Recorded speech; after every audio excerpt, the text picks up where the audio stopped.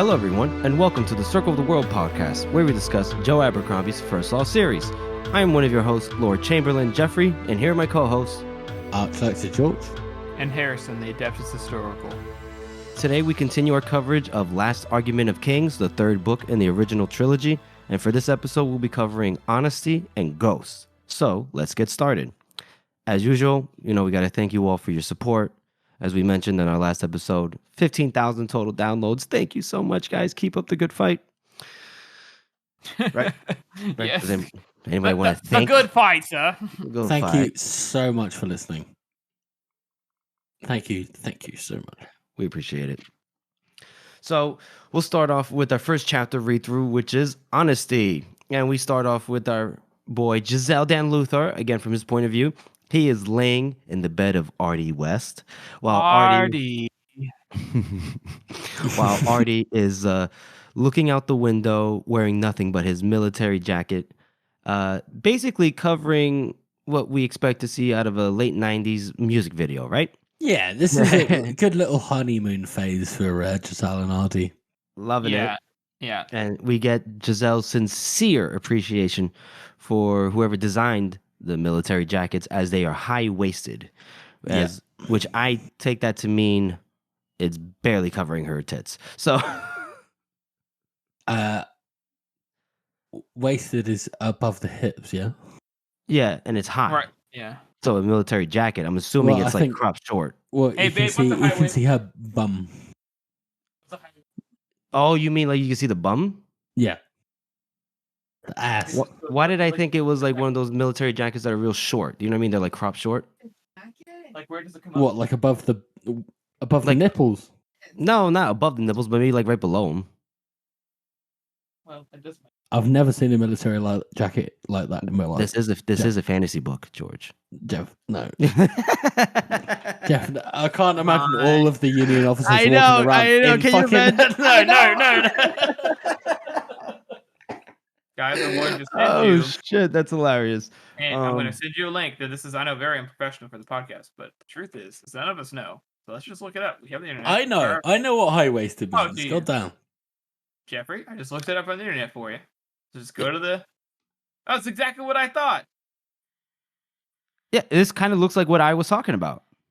Crop jacket. Yeah, it could fall under the criteria of crop jacket, or it could be a little bit longer, but still high-waisted. I think it's a different style. I think man, all the styles are different. Nah, George, sorry to burst your bubble. We think Joe is he's a pervert. He likes to see men in those little short jackets marching. Not the really short ones. Also, they had something on underneath, you dumbass. I know. Well, not me. Don't yell at me. Yell at George. No, I'm sorry. A military uniform is not going to be a fucking... He got you, George. It's okay, George. It's okay. Hey, look. That's right. I'll edit that out. Hey, look. This is what I'm thinking of. What are you going to edit out, George? Well, nobody can see what we're talking about here. We're looking at this. Yeah, dude, this is modern fashion. We're not talking about like Harrison. He's losing his mind. What, guys? Listen, guys, high waisted. The point is, it's sexy, right? It's sexy. That's what we're getting at. Right? Yes. And I love how this goes on. I love the little flirtatious sort of, especially with the audiobook. And Stephen Pacey does such a good job in let's be honest, guys. Sultry... This is one of the hottest scenes in the entire I love series. this bit where he's like, oh my god, yeah, absolutely. He's like, the captain is already at attention. I love the way, for you, constantly, constantly. And he's like, he's the whole thing, and he's like, all right, he's like, because basically the Knight of the Body is like, oh, you've been summoned, and he's like, oh, I don't want to go, maybe I should go, blah blah blah blah blah, and he's like, no, I really should go. He gets up, and it's a Knight's Herald. She was like, he okay, absolutely promises that. She says, Giselle, promise me one thing, and his heart goes, oh god, what is this? And he's like, I don't know, and she goes, don't let me down. It's like, oh no, I can do that. Yeah. Absolutely. Yeah, no, that's fine. That's a vague idea of something I don't really understand. I can do that. Yeah. And then he Yeah, it's funny that he was worried about what he would ask her. Oh, what she would ask him. I'm sorry, to promise. And it is literally the one thing. It's like the hardest promise to keep. And he's like, could do that easy peasy, no big deal. What was he worried about if he thought it was no big deal? Like, was he thinking, promise that you'll be faithful or something? Like, what was he worried about? I mean, you can even go really hypothetical here. What if she just asked him to marry her? Yeah. Well, is that what he's scared of? Could he really do the commitment that he wants to, or is he just pretending? I think. I don't know. I guess we'll find out. I honestly think that he actually would. Well, but we'll find we'll out. talk about that later. We'll talk about that later. Yeah. So obviously they're basically in the middle of coitus, and then the no-name maid once again knocks on the door. She inserts herself into the scene for some reason. God, how rude! And lets them know how rude. And a night herald has apparently come to the house and is looking for Giselle. They're looking all over town for him, and he's like, "Fuck!" So they give the maid an excuse to give to the herald, and Luthor starts getting ready. He has to put on his clothes. He's got to go see what's the whole fuss about. And so he puts on his clothes. He has a boner the size of the Eiffel Tower that he has to kind of tuck in between his legs. I also am like, I love this absolute gorgeous collection of sentences, which is he wedged his prick between his thighs and walked out the door bent over. Which is just so concise. Everybody does that. Every man has had this exact experience. So accurate. And I do it every morning. From what your mates have told us about you, Jeff. Oh God. Okay. There's no tucking that bitch. Shut up. Anyways, and he goes to get up too, and she's like, "Oh, okay, Mo, make sure you come back," and does some maneuvers that are a very attractive. And then Giselle turns around and is like, "Don't you fucking move a muscle." So cringe. And again, but it's just it is cringe. But everybody's been there. We've all been cringy. We've all been cringy. Everybody's when we were cringy in love. Yeah, true. Very true.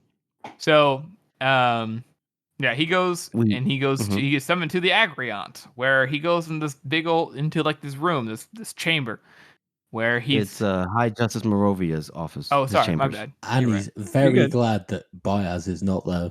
Yeah, he's so happy. He's like, "Oh, thank God." He walks in, and it's just 3 old guys, not 4. He's like, "Thank God." And it's just Varuz, Morovia, and Hoff. Yep. And Varuz is over here. He's talking up the rumors supposedly of what Giselle did over in the old empire. Scaling the walls at the siege of Darmium, and he's like, "There was no siege, man. I crossed the bridge. That was it." Only in his head, though, obviously.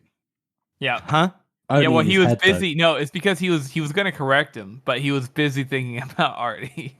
Yeah. True. And then Hoff he's the pervert. He's like, "That's your favorite story? Mine's the one with the Emperor's daughter over there." Jal's just like, "What the fuck are you talking about, man?" I don't know what to say. I don't know what story. This has all been overblown. It's been exaggerated. Yeah. And he's like, "Anyway, in any case, the closed council has received excellent reports of your conduct abroad." And Giselle's like, "They have?" "Many and various, and all glowing." He's like, okay. And then this was a funny little mental visual, whatever. He could scarcely imagine Pharaoh Malgin gushing about his fine qualities. Oh, that's good. And then as a result of his fine and excellent conduct, he's been promoted to Colonel Luthor. Which is 2 ranks. Luthor. That's and wild, you know what? Right? Just despite the fact that he was talking about giving up his commission and, living a simple life with Artie, he immediately goes, "Ooh, 2 ranks in one go. Nobody else has ever had that honor." Right. Oh, we should hold on. We really glossed over the whole spacey, sexy scene. Did I say spacey? I meant pacey. Uh, wrong kind of sex. Yeah, but when referring back to it now, so it's fine. Yeah, referring back to it now. Whatchamacallit, Giselle, as he's putting on his clothes, was talking aloud about the idea of resigning his commission, as in resigning from the army and going about a simpler life. And obviously there's like some witty banter going on between him and Artie about who he would settle with, wink wink, some vapid noble woman. But in the end, what they're doing is they're really talking about each other. So I'm sorry. so The calf part's my favorite part. No, what does he say? The what? Whenever she was like, oh, she'd have to be beautiful, right? He's like, no, a calf would be preferable. No, it's like no. I love the. Okay, we need to edit all this all out and start again. Does she have to be beautiful? No. Plain as ditch water. You saying cat? No, keep going. Okay, so it goes. She has to be beautiful, of course. And he goes, oh no. Beautiful women are oh so demanding. Plain as ditch water, please. And he's like, oh, so she has to be intelligent. Oh no. Intelligent women are just so oh. A wide-eyed calf would do me perfectly. Wide-eyed calf. Oh, wide-eyed and thoughtless Of course, she's calf. following you around. Yeah. Gotcha. Okay. And you're right, they're absolutely talking about each other.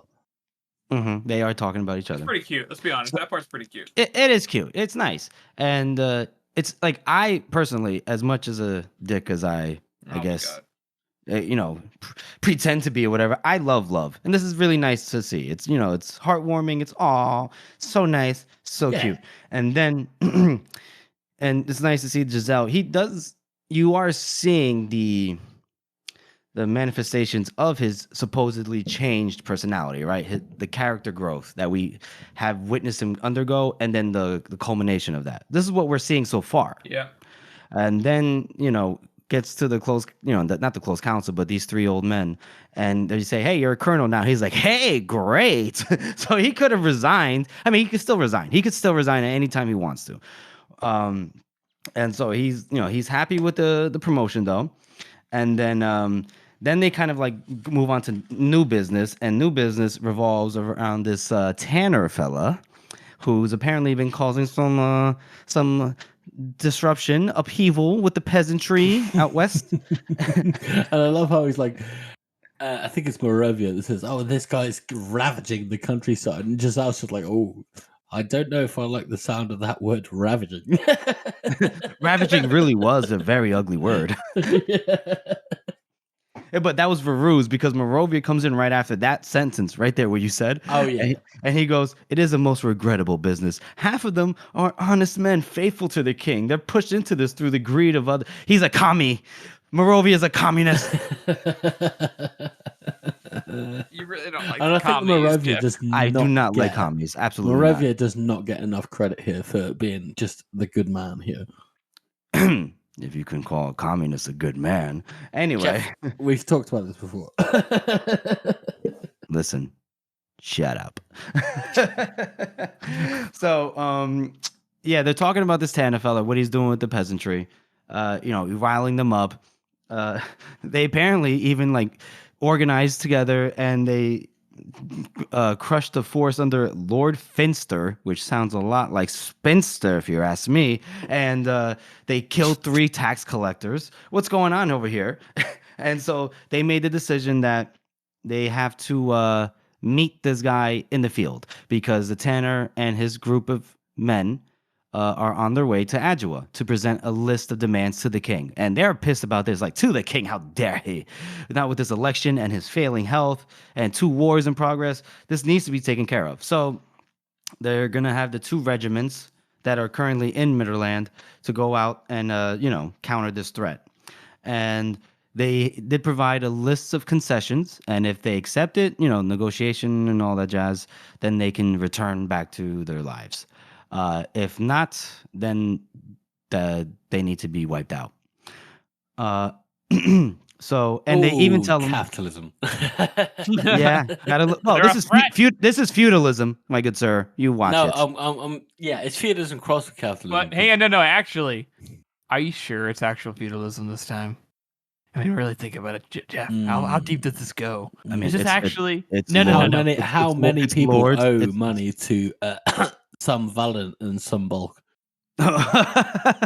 well, we're talking about in this instance, it's lords and they're peasants, they're serfs, so it's feudalism. Mm-hmm. Okay, so capitalism is good for system for Well, yeah, rich. you can see capitalism as an evolution of feudalism. Uh-huh. In a certain Anyways, we're sense. getting So off we're gonna topic. get onto that. We're gonna do a separate series on this on YouTube. Oh, sure, why not? Political discourse with 3 fuckheads on a fantasy series. Yeah, 100%. We should do that. We should. All right, we'll Vote do that now on your phone. All right, sounds great. All right, so anyway, they also tell Giselle like this group they're coming strong because they conservative estimates, or at least their last estimates, are 40,000, and Giselle's like 40,000. Wow, That is a lot. Yeah, it's a lot. Which this right here, Jeff, is why I don't have any issue thinking that the Union brought 100,000 men to the north. Because that they have does make 40,000 peasants just prancing about. But I love that. I love the fact that Giselle here trancing thinks, about. Sorry, go ahead, George. Trancing. But I love how Giselle thinks. I went into this eyes wide open, and he was like, "Yeah, but you could still just say no. Actually, I'd like to resign."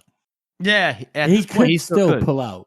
Right. Well, no, I don't think Giselle believes he wait, can. He thinks I just took the promotion. I can't Yeah, socially he doesn't do that. believe he can, but he still could. Yeah, I mean, but Wait, wait, let's time this right. Because wait a minute, because he just got the promotion. They're telling him all about this, Tanner business. He's not putting 2 and 2 together just yet. And then they go. The only thing that's missing now, because we have the King's Own and everything. We just need a commander for the expedition. And then it's like, yes, we need a dashing young man with a streak of violence in him, and it does all this stuff, and he's just like, oh shit, you mean me, don't you? because once they say we need a commander, he's like to himself, he's like, wow, sucks for that guy, whoever that is. That's a shit job. I really feel terrible. Wait, you mean me? Yeah. It's like, And he's trying to like put himself down. He's like, surely there's a better man for the job. Surely. oh, there's this is somebody else." great. And This is great. who puts his hand down on his shoulder? Fire. The one man he didn't want to see in that room. I love it because Giselle says, he makes the point. He's like, I have no skill in the art of negotiation. I have no understanding of the law. This is not my wheelhouse. And it's like, that's why somebody's going to accompany you. And then all you just hear is Baez go, I told you it'd be sooner than later. And I love this description. Giselle slowly turned his head, a feeling of terrible dismay boiling up from his stomach. And there was the first of the Magi grinning into his face from a distance of no more than a foot. Very much present after all.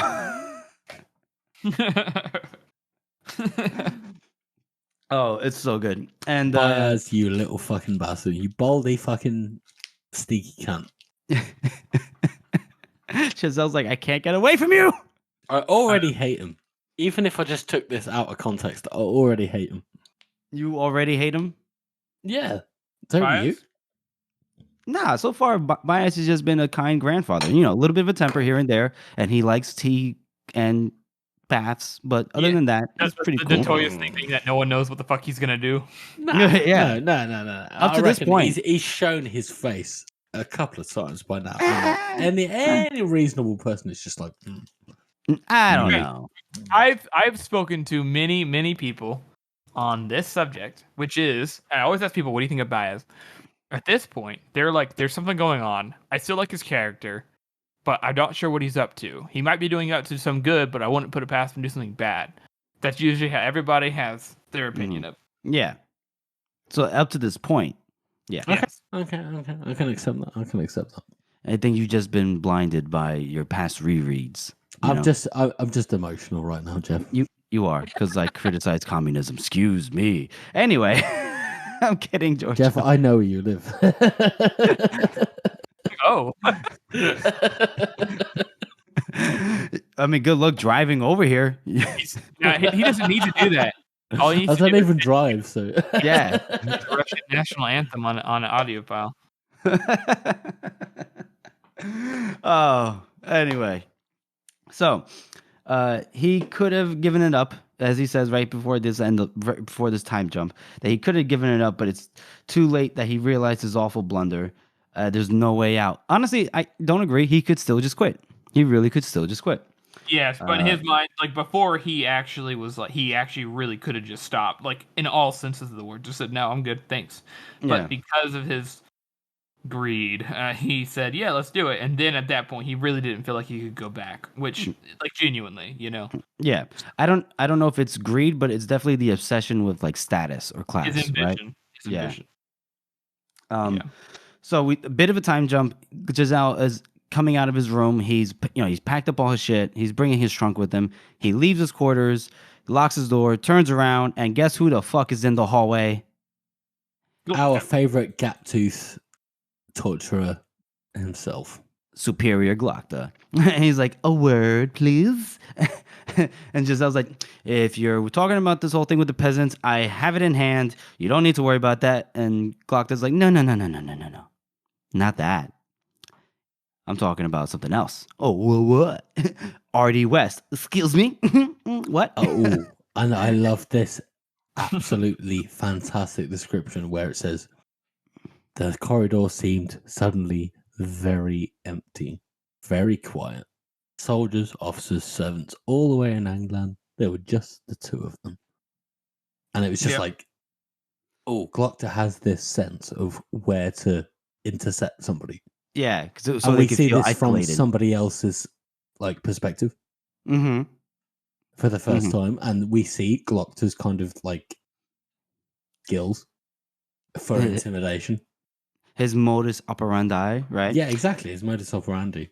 Mm-hmm. It's And just it's go a ahead. brilliant. It's a brilliant fucking take. I love this. I love this so much. Yeah, it is really good.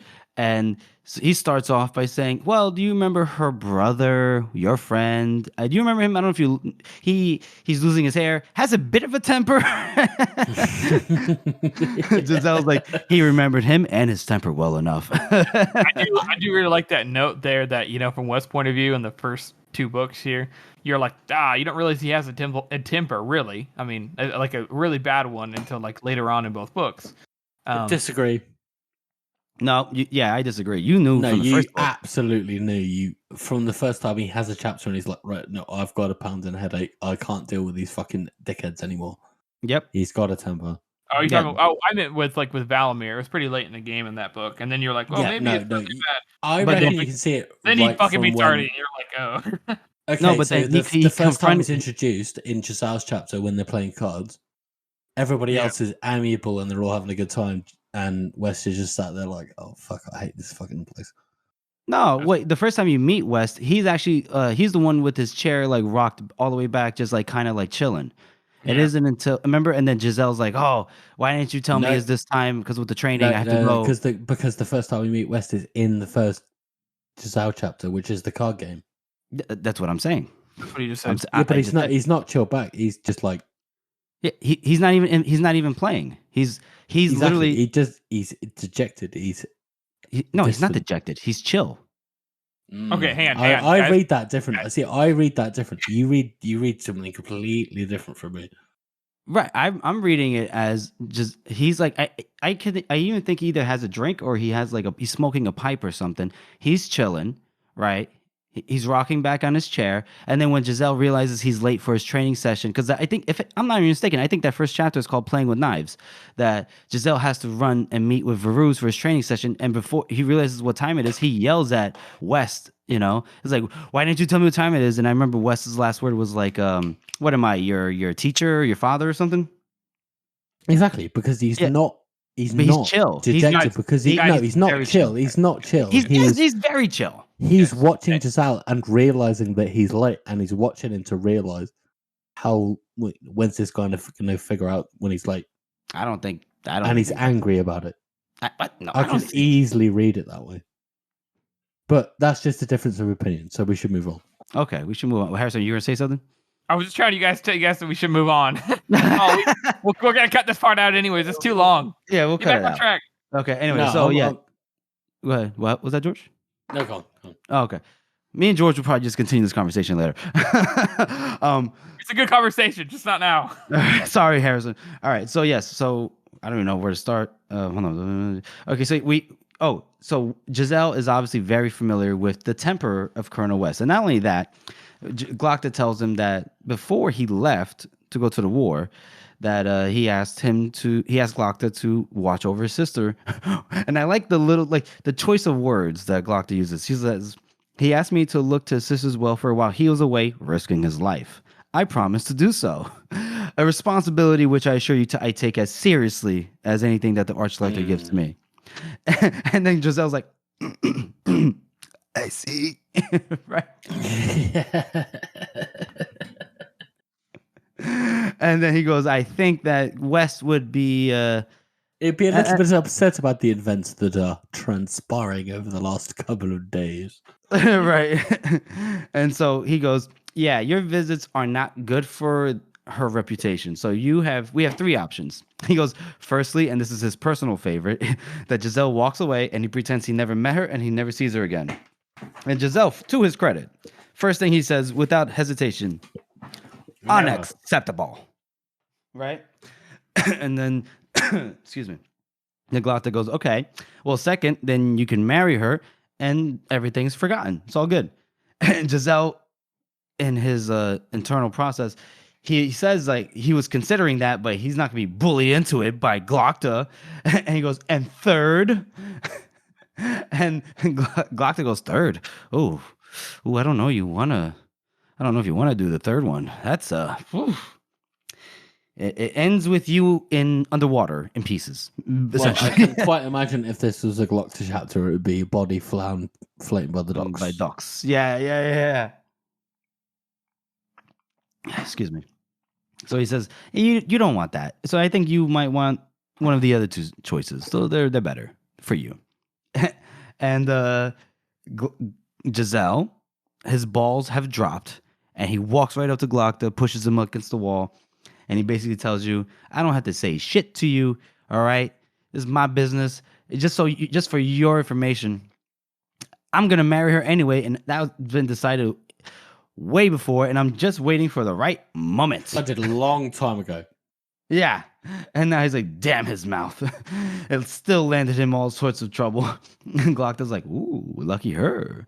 And I love this little detail that is like, is it left eye blinked? Yeah. Because that's always a detail that we get from Glockta that his other eye doesn't work. Mm-hmm. It's always whenever he is stressed out. He's been upset. Yeah, whenever he is stressed out or he's having a really he's flustered. Interesting.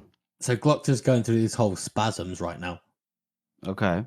He's proper freaking out, and he's just like, yeah, lucky her. Mm-hmm. Okay. And then he does this little thing, which is the I call it the gay deflection. Yeah, because Luthor said you can shove your threats up your crippled ass, and then He's like, why, Captain? And he puts his fucking hand on his jacket, and he's always like, such an awkward thing to be saying, especially with you talking about my ass. Well, that is actually a really good. It's a really good way to make somebody uncomfortable. Yeah, it is. It really is. Yes. And he says something, I guess, kind of like gets to the like a nice like little poking at Giselle, where he says that Baez succeeded where Verus failed. He gave you a spine. Ooh, damn. And then even then, Glockta doesn't just let that. He's like, okay, sure, but I'll keep my razors handy just in case. And he just walks away or limps away. And he's like, I'm so glad we had this talk. And Giselle's like, as am I. But nothing could be further from the truth. So how would you rate this chapter? I'll give this a 7 out of 9. I like this chapter. We're past the introductions, right? The story it's finding its footing now with its characters. We're seeing more interactions, cross interactions, I guess you could say, like with Glokta and Luthar. Bias comes back into the picture after he told Giselle that they're gonna be separated, and nope. Bias is back in his life. Giselle, we saw some character growth with him talking about resigning his commission and just having a simple life and settling down with a good woman. He has the opportunity to just walk away from it all, and then they go, "Hey, you got a promotion." He's like, "Well, I'm back in, coach." So, 7 out of 9 for me. Yeah, I'm going to give this one a 7 as well. Because, like you say, Zal's finally happy. He's finally settled down with all the things that he wants, all the things that he's been fantasizing about all the way across the circle of the world. And it all gets torn away from him in about 10 seconds. And it's just because he's too cocky. Yeah. What a fucking absolute perfect way for his arc to go. Yes, I enjoyed it a great deal as well, because I like it too that he's not completely reverted back. He is very obviously different, but he still has not learned to conquer that part of himself. But I think it's done very well as well. I think I'm probably going to give it I think I'm going to give it a 7 out of 9. So is this a trifecta? Trifecta! Whoa, whoa, whoa. Boom, boom, boom, boom. Thanks for that. We haven't had a trifecta in a bit, have we? No, we did one 2 times ago. Like a few weeks ago, right? Yeah. Yeah. Anyways. Okay. Now we'll move on to our next segment, best meme of the week. Georgie boy. Well, funnily enough, this is actually from me. Me. What a coinkydink. I don't choose the memes. The memes they choose themselves, right? They choose you. The people choose the memes. Okay. The people of House of the Meme Aper, you know who you are, listeners. You fucking vote on this shit. So it's not me, it's you. And this is one of Harrison's AI art kind of presentations, which is absolutely fantastic. We were trying to do Lord Marshal Burr, which you'll see in the Great Northern War episode. Yeah, and it's also up on the Instagram page right now. So if you want to go on Instagram and see our actual portrayal of Lord Marshal Burr, you can see it on there. But it's my take on this, which is it looks like the average Englishman. I love me levies. I love the Union. Love the King. 8 Northerners, 8 commoners, 8 the Gurgish. Not racist. I just don't like them. Awesome. So yeah, just go and look at that on our website, circleoftheworld.com. And thank you, me, for that meme. Thank you for that meme. That's a great one. That's a great one. So now we'll move on to our second and final chapter read through, Ghosts. And we start off with Logan's perspective. And here, he's already in the north. He's at Ufrith. He's coming up to Ufrith, right? Yeah. He hadn't seen it since the last time when he was with Bethod. Killing people and fighting 3 trees and doing all that shit. Yeah. Now it's different because I think you could say it's bigger, or at least more what do I want to say? More peaceful. More peaceful, not so modern, but maybe for their time, maybe for that area, maybe a little bit more modern. Yeah. Other than that, because you have Union troops, you have women, children, men, going up and down, and then So now we see him walking through the town. He's worried that somebody's gonna recognize him and scream out, "It's the Bloody Nine!"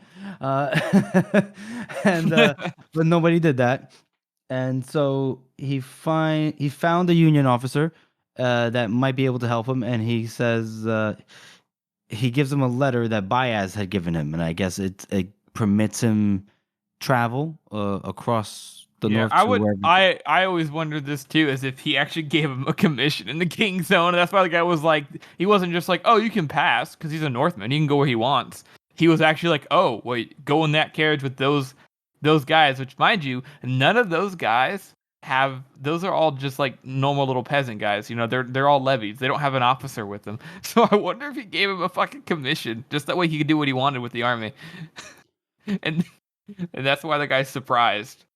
Well, I always took it as to be that Logan was to be basically transferred to like the command of the army command to help Yeah. with the fight against Bethod. That's what I assumed what that letter had said. Yeah, maybe it is just that. But. Yeah. So, But at the same time, they could have just seen that and gone, "Oh yeah, no, he must just be with the Northman." true. So he gets on a cart with like 9 other Union people, and they start. Wait. Okay. Oh, before they leave, the Union people are like, "Wow, you seen that many scars on a guy before? Wow, look at him. I don't know what he's doing here. He's a big bastard." But he pretends to not understand what they're saying in the common tongue, and then and he's kind of like just like grinning to himself. He's like, "Oh yeah, these idiots don't know what I'm saying." He does. Right. He does like doing that, doesn't he? right, and then so they get in the car. They go wherever they're going. And then they get to a part where it's dark, and it's time for them to camp out on the road. Food. Somebody makes a pot of stew. Logan, some guy offers him a bowl of soup or stew, and he's doing the thing where he's like miming it. He's like, "Put here," and Logan is like, "Thanks, I know where to put it." And now they're like, "You know how to speak common tongue?" So then they kind of like they're having a nice little time, aren't they? Yeah, a nice little time. You guys want to talk about this little part? Yeah, well, they're getting together and they're having a bit of soup, and somebody offers a drink, and all of a sudden a fucking flatbow bot comes out of nowhere. Oh shit. And it's just like, oh shit, the guy I was talking to is dead. And Logan immediately just goes, "All right, I'm fucking in kill mode now." Yeah, he gets right to work, and it wasn't a flat bow. It was a short bow. Okay, You said short bow? it was Yeah, a it was regular arrow, not regular arrow. Yeah, yes. okay. My bad. Hey, that's my job, man. Goddamn.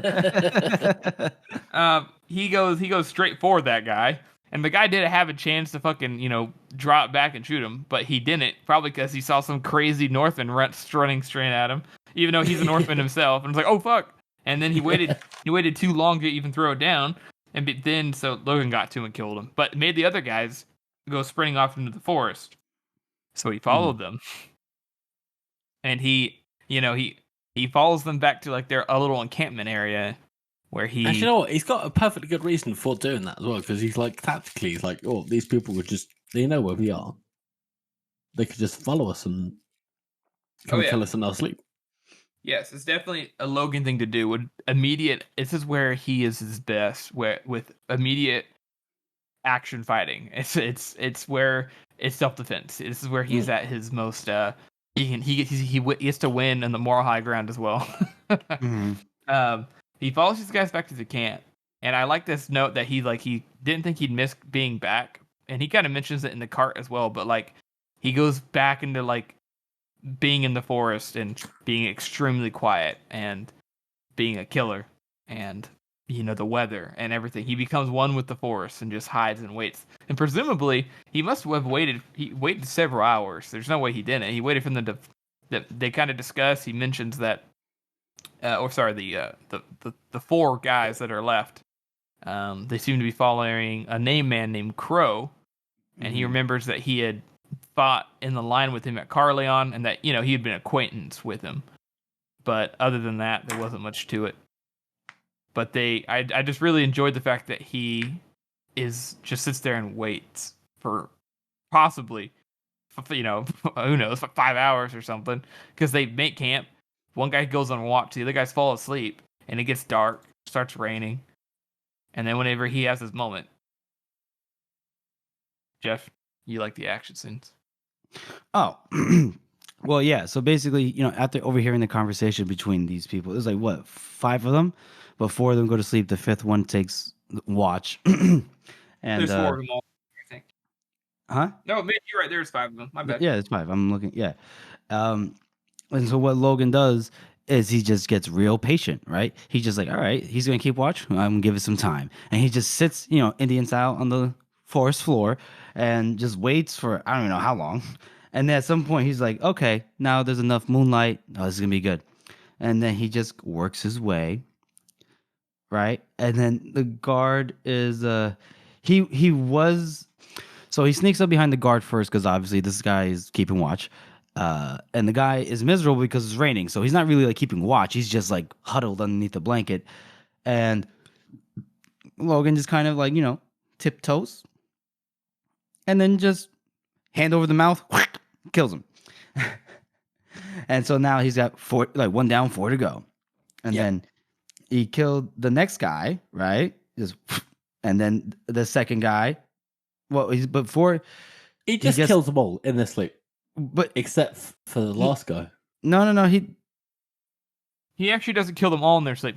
He kills one, he kills another, and then when he's getting up from that one, he makes a sound by accident. So he rushes over and kills another guy, and then the other guy, the second and last guy, actually is fully woken up and goes to do something, but Logan still has a jump on him and is able to kill him too. Mm-hmm. And then it's Crow. He's like, you should have killed me first. And he says all these like brandishing. He like flicks his sword around. It's like, oh, are you gonna mess with me? I'm this guy. I've done this. I fought in these battles. And Logan's just like, yeah, I know.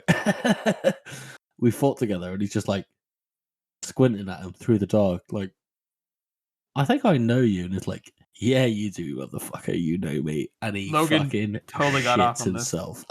He totally got off. Absolutely. Yeah, I know. Oh man. He goes, no. 9 Fingers is dead. He's like, oh really? Guess I'm his ghost. What? Which is such a cold line. And you know what? For a guy that's trying to be better, it's not a good move, Logan. It's not a good It's move. not a good move. What was he supposed to do? If he was using the honor system in Red Well, Dead, it'd be like... you can do what you got to do and be like dispassionate about it. He is dispassionate. And it's another thing. He's not dispassionate. He Everyone is takes dead. pleasure in it. Everyone is dead before Logan. Oh, Jeffrey. Sorry, Harrison. What were you going to say? Oh, nothing. I was just listening. So, anyways. So, yeah, basically, Logan kills the Northmen, those 5 Northmen, and he's about to come back to his group of Union boys, and he already knows, like, they're probably scared shitless. They're probably just, like itchy, like, trigger fingers. They could probably shoot him by accident. So he goes, hey, no one shoot. It's me, the guy that was on the cart. And they're like, okay, but come out slow, where we could see you. And he's like, all right, don't shoot me, god damn it. It's like, what are you going to do to prove that you're not the enemy? And he's like, well, I've got a bag of thumbs. Yeah, it's funny too because he casually walks up there and is like, like getting the remnants of stew with some bread. He's like, oh man, there's not enough stew in here. Oh, yeah. I figured you guys would ask that. It's a valid question. Here are their thumbs. Totally normal. It's what anybody would prove. He did not have to do that to prove that he was with them. He could have taken one thing. He took all of their thumbs. I mean, come on, guys. This is the first time that we've seen any kind of this brutality from Logan. Well, I mean, apart not from Logan, not from the Bloody Nine. Listen, Logan. Yeah. Just think about this. He had to take all 10 thumbs. Think about it. He said there's 5 people, right? 2 per person. If he just gives them 1 thumb, that's only proof that one guy had his thumb cut off. But why any thumbs necessary? All right, well, he has to bring something. What would you have brought back? A nose? Just okay. Practicality, right? That's Logan's excuse. It's just practicality. It's just necessary. It's just what it is. Yeah. He's just a leaf on the water. He had to cut off their thumbs. All of them. Just had to. So we have a bit of a time jump. After that, like they're okay. We're like, okay, so this crazy bastard brought us 10 thumbs. I guess to prove that he's on our side. And presumably they kept a really good distance from him for the rest of the journey. Yeah, assuming it was down to 7 now because one was already dead. One had to go back to Ulfrith with the arrow in his leg. So they get off the cart. They're walking. They're walking up to this. You could say where the army has bivouacked or whatever. And now he's walking. He sees an officer and he goes, "Huh," because this officer know each other. It's West. Colonel West is alive. Like we knew, obviously, of course, but. We just haven't really seen much of West, and they're shooting the shit, they're talking, and then he says, "Hey, so obviously your boys are here, or not your boys, but other Northmen are here." He's really like, "What kind?" And well, this is actually right before this. He tells Logan that Bethod has Shanka fighting for him, and that the army has Northmen fighting. It's just a weird, it's a weird time. And he says that the chief of the Northmen fighting for the Union is a man called the Dog Man. And Logan's like, "What?" And he goes, like, "Oh, they're alive?" He's like, "The Dog Man, do you know him?" And he's like, "You could say that. You could say that." And then he's like, "Oh, we're excited. It's gonna be a reunion of the gang. Woo!" Right? You guys want to talk about that?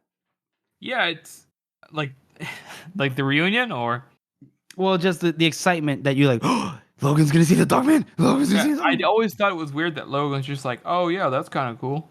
What do you mean? Oh, kind of cool. Like he doesn't.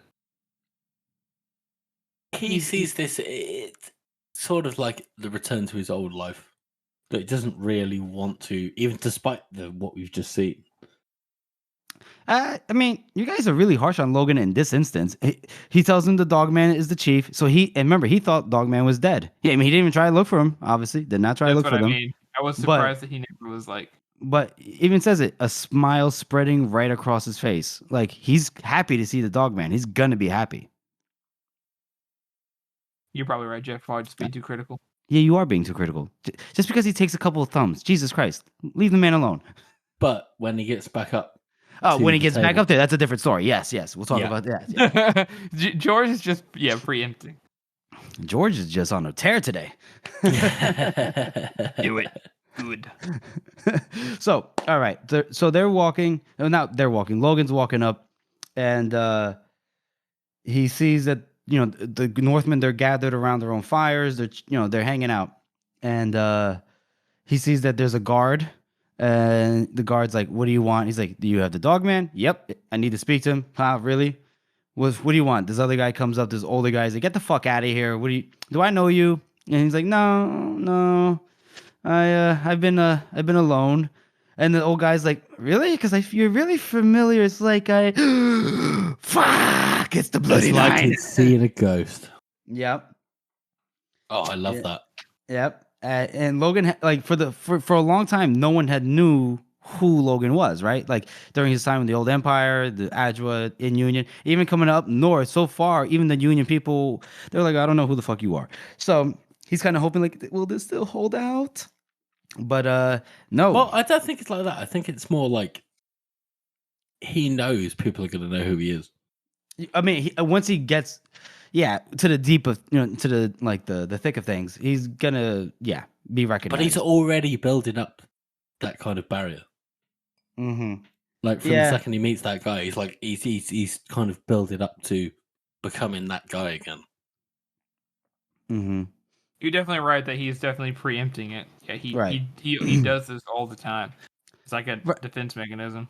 Yeah. And I think we should talk about this paragraph right here that on this page. This is probably important. Whereas maybe Logan had been hoping no one would know him, that they'd all have forgotten, that they have new things to worry them, and he'd be just a man like any other. But now he saw that look on the old boy's face, that shitting himself look, and it was clear enough how it would be, just the way it used to be. And the worst of it was, now that Logan was recognized and he saw that fear and that horror and that respect, he wasn't sure that he didn't like seeing it. Exactly. He earned it. He earned it, hadn't he? Facts are facts. He has earned it. He was the Bloody Nine. He hasn't earned it. You say he hasn't? He definitely earned. He definitely earned it. He earned it. How dare you? But it's not a good thing. It's a lot of hard work. You don't just become the Bloody Nine overnight. Dude, that's literally, I think, a line he says something similar to that. And then the kid's like, "You're kidding me. Get the fuck out of here." Nah. And then But all of this is on the back of his rejection from Pharaoh. He's only gone back to this because Pharaoh rejected him. yes. No. No. That's no. the excuse. That's the excuse that he gives himself. Yes, but that's He never mentions it. He never mentions it ever again. right. But Even like, if it in his own inner monologue, What do you mean? where he never even thinks about Pharaoh again. It's No, not he his does. excuse. yeah, he does later on. He Only does say, I should have, Yeah, but he doesn't think about it now. Right, because right now he's dealing with everything around him. He's dealing with the environment around himself. But if Exactly. Pharaoh and him were able to actually have a goddamn conversation, to be able to talk out and communicate their feelings, Mhm. I don't think Logan would have went back north. It's not an excuse. Now, granted, he had nowhere else to go. Exactly. It's just a part of his story. Yeah. And again, wonderful, wonderful storytelling here. And Logan has just devolved back into this alpha, stereotypical alpha male that everybody is sick of at this point. Mm-hmm. yeah. Well, so anyway, Logan is trying to find his chief. Because the kid still thinks that they're playing around. Like, get the fuck out of here. And then Logan, he doesn't even like hesitate. He kind of does that thing where he looks through the gap of his middle finger, and the kid's like, It's shit. It's so intimidating. It is. And then Logan, he even said it here. He describes his own voice that it's very flat, dead, and cold as the winter. Where you're just like, "Where's your chief, boy?" And then, so they're going to look. So he goes to look for the dog man, basically. And as he's walking around, there's like you can kind of hear like whispers that people are recognizing he's back, that he is back, and that he can hear the Thunderhead. He can hear Tol Duru, singing and shit or whatever, right? He was the Bloody Nine. Keep talking. No, I was just singing. I was doing the Tall the Roof thing. Singing. So basically, he comes up onto Dogman and Black Owl and Toldo all sitting around the table, and they're all just like, Well, they're not. Oh, my I'm sorry. fucking god! Wait. I'm sorry, George. Because I got a little distracted. I should have like picked up on it, but he didn't get to. Tol Duru is like standing by a tree or pissing or something. He's by himself, and then Logan goes, "Hey there, big guy." And then Tol's like, "Huh? Hold on, wait, what? And then he's like, "Oh, what? It's you?" He thought Tol Duru might like not want to see him, but Tol is like he has the biggest heart, doesn't he? He just like gives him a fucking bone crushing hug. Yeah, Tol is such a sweetheart. I fucking love Tol. And then he goes, "Come on, the lads are going to shit." I love it. They don't say they're gonna shit themselves. They just say they're gonna shit. They say that about anything in this series. It's great. That's an incredible saying. I love that. I know. And so he just drags his ass right up to the fire where Dogman, Grim, Dow are, they're chilling. And then Tol, it's like his Tol, his voice squeaky from keeping the surprise in. "Got someone to here to see you, Dogman." And then Dogman's like, "Really? Can it wait?" He's like, "You know what? I don't think it can. Because it's Logan 9 figures." And then he just throws Logan. He just fucking tosses him. And then they're just all confused. Does nobody want to talk about this? Well, Dogman's obviously very happy to see him. Yeah, he's just And they're all they have confused. They're all confused, but Dogman's just like, "Oh my god, it's you!" And they're immediately reconnected because they're really good friends, Yeah. They just like smiled at each other, like shake your hands, hug, whatever. And they're like, Yeah, "Wow, it's like so good." everybody has that friend that you can not see for like a year, and then when you see them again, it's just like nothing ever happened. Right? And I love this when he goes, "Grim, good to see you." And Grim just goes, and Logan's like, and hands him a beer. And Logan's like, Grim's a bro. Grim's such a bro, and Logan loves it because he's like, he hoped for nothing else. That's great. And then here comes Black Dow and Logan, and he's like, "Is that Black Dow hiding down there?" I love how he says it like, I wonder if that's one reason why Black Doe despises Logan is because I don't. Well, hang on, let me finish. Yeah, I'm sorry. It's because whenever he was in charge, he in order to keep Dow like cowed, to keep him down, he did something different than he did with everybody else because Black Dow didn't want to be his friend. So because Black Dow's a slow burn, right? It takes time. Because of that, and we see him do this a couple times. And the way he talked about Black Dow, even in the past, where he basically treats him like he treats him like a little kid. Like, oh, is that Black Dow down there? Like, oh, you could never get along with somebody like Black Dow. That little bastard. Like. I mean, he even says when he says like small favors and time, that's how it was with Black Dow. Yeah. Yeah. So I don't think he. Are you? I'm sorry, Harrison. Are you saying that he's like kind of like trying to like subtly insult him, or are you? I'm saying because yes. He knows he can't belittling. outright come out and say like because some people are like that. Some people don't take praise. Yeah, some people don't take insults.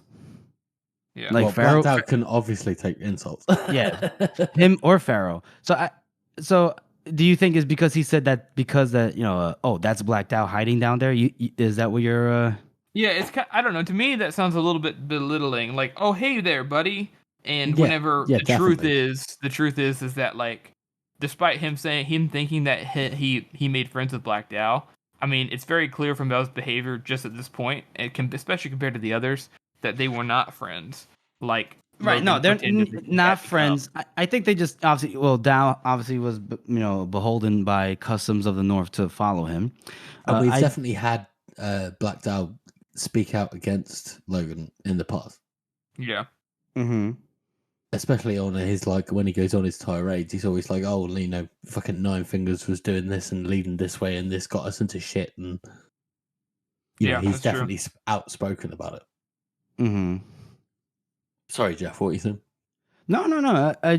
I think with Dow, I don't think he's trying to insult Dow. I think he needs to be smarter into like how he communicates with Dow. Because you're not going to just insult a man like Black Dow.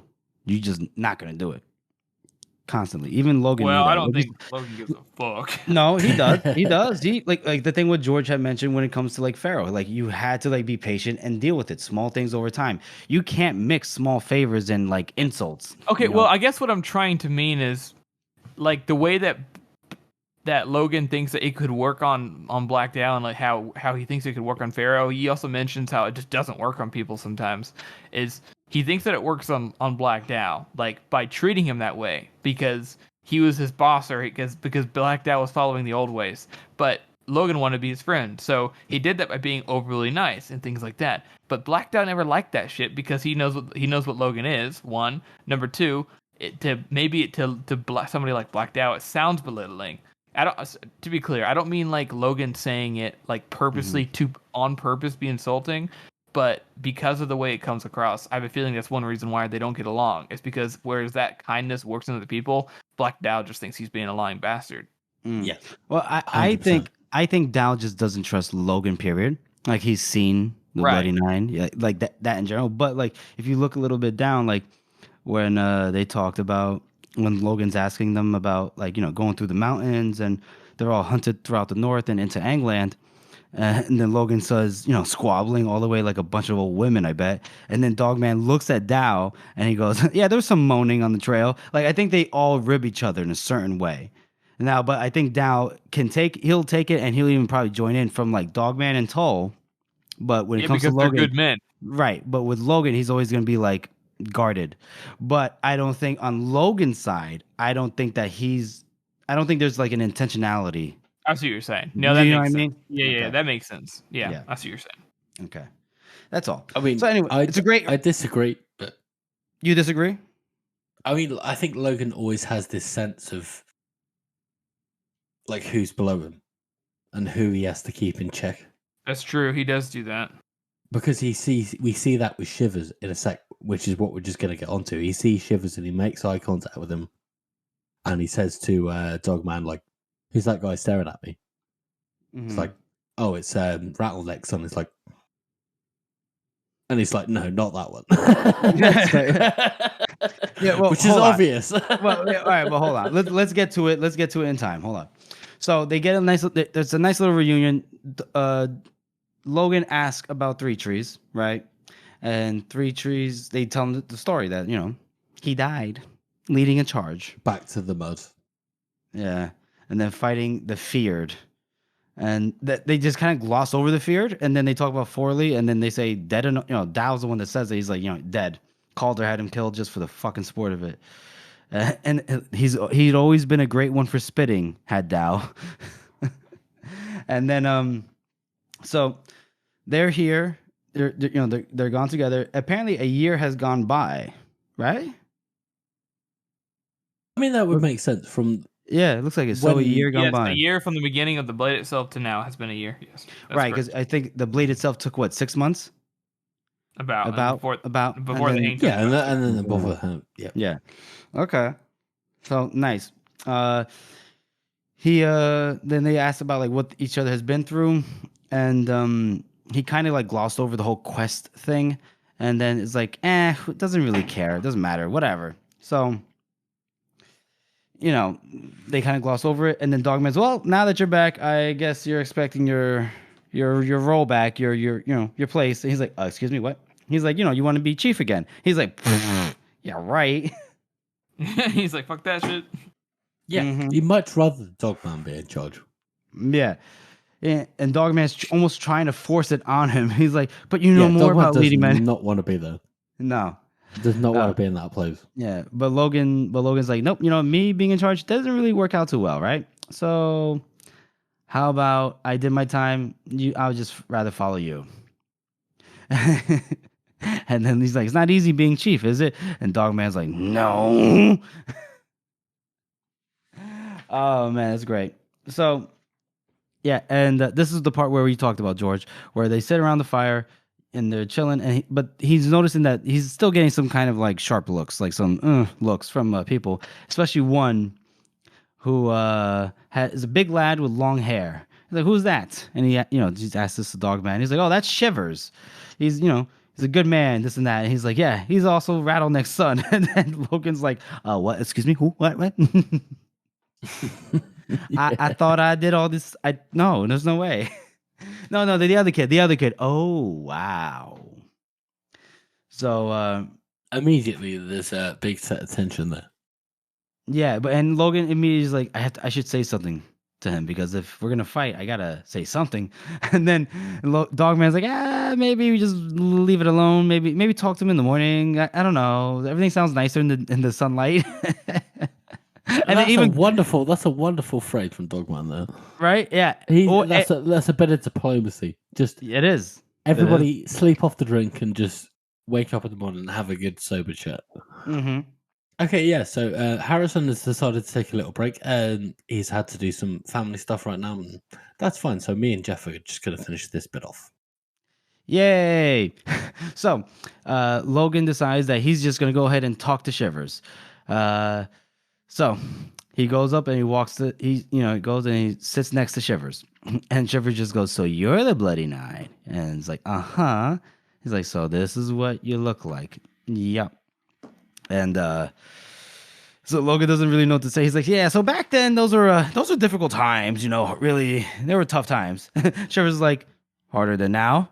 He's like, maybe not, but and then, times are always hard, I reckon, though. He does come to kind of conciliate with them, doesn't he? Well, a little bit, but he goes, times are always hard, I reckon. That ain't an excuse for doing a runny shit. I was like, whoa, boy. And that's a fantastic phrase, doing a runny shit. It is. It absolutely is. And so Logan doesn't really know what does come back and he says, I'm not proud of it. Mm-hmm. Yeah, Logan doesn't know what. Interesting. Are you cutting out, or am I cutting? Like, is your internet good? Am I cutting out? Because we're talking over each other. Hold on. Can you hear me now? Yeah. Can you hear me now? Yeah. Okay. Go ahead. Continue. Finish what you're saying. Well, that's it, isn't it? Logan says that he's not proud of what he's doing, or what he did in the past, and he doesn't know what he can. You know what? This could be an excuse, but Shivers just comes back and he says,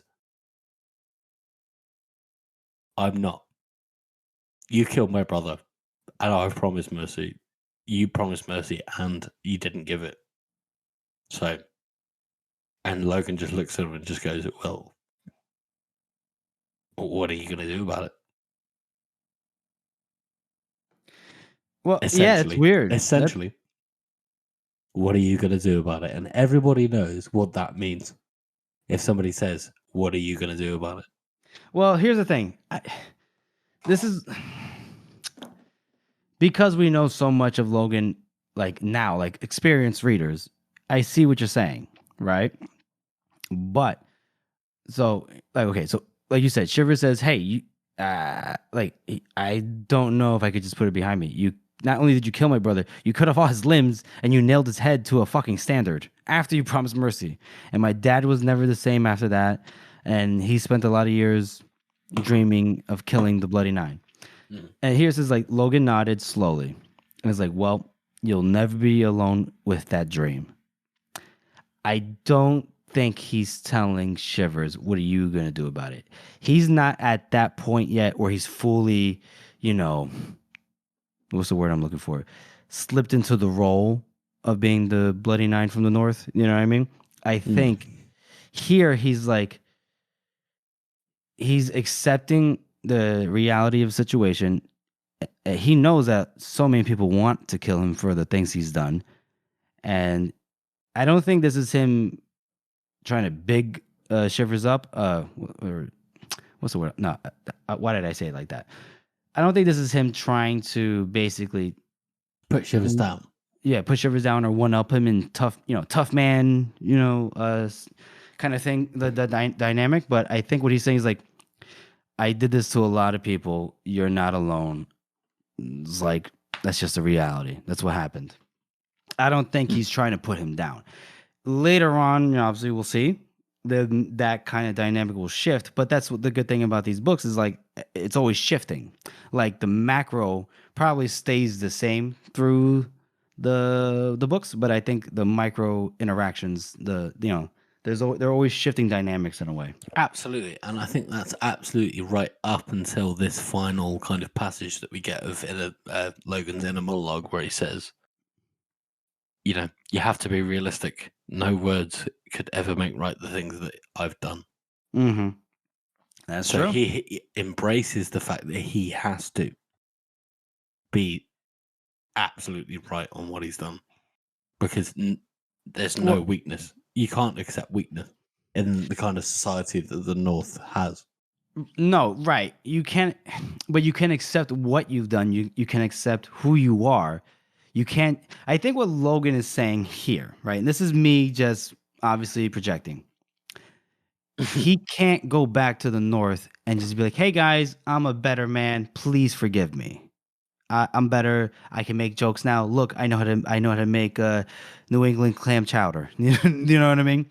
What I think, what I'm saying is, he's resigned himself. There's just a resignation. He's resigned himself to being what he has to be. What he has to be, and I don't think. And here he's hoping for the best. And there's this, absolutely and I agree think, with you. I absolutely agree with you. And here's the thing. I think just because I have this feeling like maybe at this point, just because he just got back to the North, he's just got linked up with all his old friends and old enemies, that maybe if they see that he's still a tough bastard, but also he does accept what he did, he knows what he did was wrong, or at least in his in his own words, what he can say is like, he did a terrible thing, and not revel in it, maybe that might cause somebody to look on him in a slightly better light.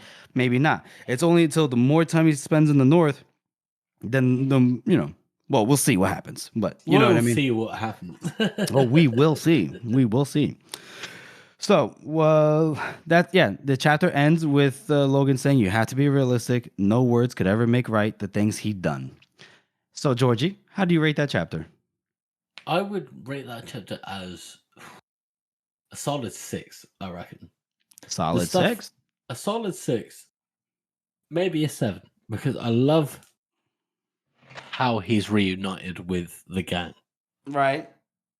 But the whole, I really don't enjoy listening to or reading the bit where he just murders 7 guys in the night. You It's don't like it? upsetting. It's upsetting. Really? Poor Why? Logan. Because he doesn't want to do it, does he? Really? What the 5 guys, the 6 guys that he killed and took 10 thumbs? Yeah. Well, he had to do it, man. Yeah, but But what? it's upsetting. It's upsetting. It's upsetting. So, yeah, 5. 5. Yeah, it's gone down. All right. George is going through some personal issues, so that's affecting Just so we his- know, listeners, we are quite drunk when we're recording this, so it's fine. If any of you actually get this far in the fucking recording, send us a message. Yeah, why not? Please do. All right. Well, I'm gonna give this a 6 and a knuckle out of 9 fingers. How you like them apples? How do you like them apples? Yeah, you like them apples. I like it. It's a long chapter. It's good. We get some classic Logan violence. We get the reunion. Just like the boys are back in town. The boys are back in town. And it's just. I mean, it's a good chapter. A lot doesn't necessarily happen, which is okay. This explains the score, but I really enjoyed it. So yeah. And So- I think and- it's the way the way Joe writes these books. It's building to something, and you can really tell that it's building to something Oh, at yeah. this point. Oh yeah. You have the threats between Glockta and Giselle earlier. You have, the reunion of the Northern Gang. Mm. Just it's gonna Last be Argument fun. of Kings so far is it's incredible. Mm-hmm. Oh yeah. So Hold on to your butts. All right, so now we'll move on to our next segment, which is our character spot. George, take it away. Who are we gonna spotlight this episode? we're doing RD's maid. Artie's mate. RD's maid who answers the door and has about 4 lines in total because this is the only small character that turns up in these chapters. And that isn't to say that she isn't, this is a kind of little look into the way that common people are treated. Peasants. Well, you can say peasants. They're actually slightly higher than peasants. right, because they They're servants to some kind of higher family, some kind of noble Mhm. family, or in this case, Mhm. a common family that's been adopted by a noble family Right. or a noble society in general. Mm-hmm. And we even get this. They've got gossip. They gossip Yeah, amongst yeah. themselves. We did get that from earlier in the previous week. I think it was when the maid was familiar with Captain Luthor from yeah. So they've obviously got some kind of rich cultural life going on here Mm-hmm. because they've probably got nothing better to do between emptying bedpans and Right. I just changing wonder, sheets like, and shit. is a maid's job 24/7 or are there shifts? They lived in. They're lived in. They live in the attic. Well, wow. But like, is it just one mate? That's what I'm asking. What I'm asking is because I know, like, when you have like in those times, even in like actual history. Imagining what RD can afford or what Glockta can arrange, probably just one. But for a reasonable household with 6 or 7 people in it, probably about 2 maids, a cook, and a valet or a butler. Really? So 4 servants for 6 or 7 people. Okay. And that's average in the Victorian household. If you're going much higher, you're going Mhm. for nearly double servants for the amount of family. Artie's a broke bitch then. Can only afford one. No, I'm kidding. Yeah. Kidding. I mean, you're right. I'm right. Thanks. It's only because Glockta can threaten to have people tortured. That's true. And I wonder, will this no-name maid show up again later on in the books? I wonder. Will she have any kind of impact, later on? I don't know. We'll see. Maybe. Tune in to find out. You could always there's always some random no-face person that could probably be this person. Yeah. This could be Mother mostly. Mother Mosley. Son.